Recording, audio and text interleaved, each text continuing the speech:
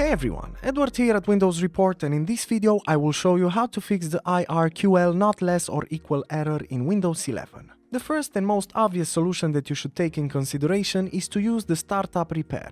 To do this, you have to create a bootable media and start Windows 11 with it, or you can use a hard power off for 3 times in a row to boot the OS into recovery mode. Then in the recovery mode you have to click on Troubleshoot, then you have to select Advanced Options, and lastly just click on Startup Repair. If the system detects any problems, it will attempt to solve them. And if it doesn't find any, you will receive the message that Startup Repair couldn't repair your PC. Another useful solution is to check the memory on your PC. To do this, just click the Windows button, then type in Memory Diagnostic, and then select Windows Memory Diagnostic from the search results. In here you have to select the Restart Now and Check for Problems option. This will make sure that the PC will restart and make the necessary check for your RAM, and if it finds any problems, you will receive a report so you can deal with the issue. Another great solution is to update, uninstall or roll back your drivers. To do this, you have to right-click the Windows button, then you have to select Device Manager from the list of options. In here we will take as an example the network adapters, so expand it and then right-click the problematic driver and select the Properties option.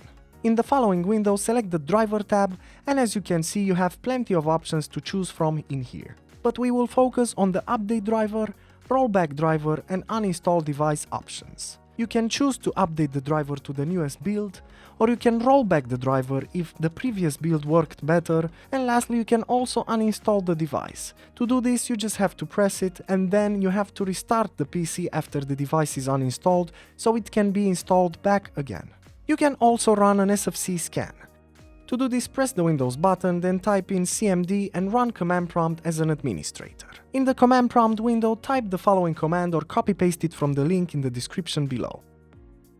Now you can just press enter and you have to wait a bit until the scan is completed. Windows will try to point to any issues furthermore and fix them if possible. In the same time, you can also do a chkdsk scan. To do this, just type the following command as found in the description below and then press enter to run the command.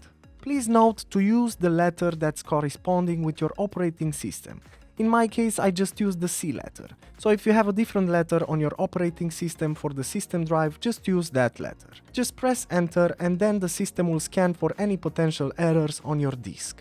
And lastly, another great solution is to reset your PC.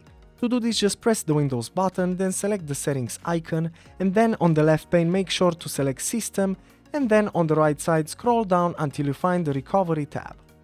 In here, make sure to click on the Reset PC button in the Reset this PC category. And now you just have to keep your preferences for the reset procedure, and lastly just confirm your reset procedure.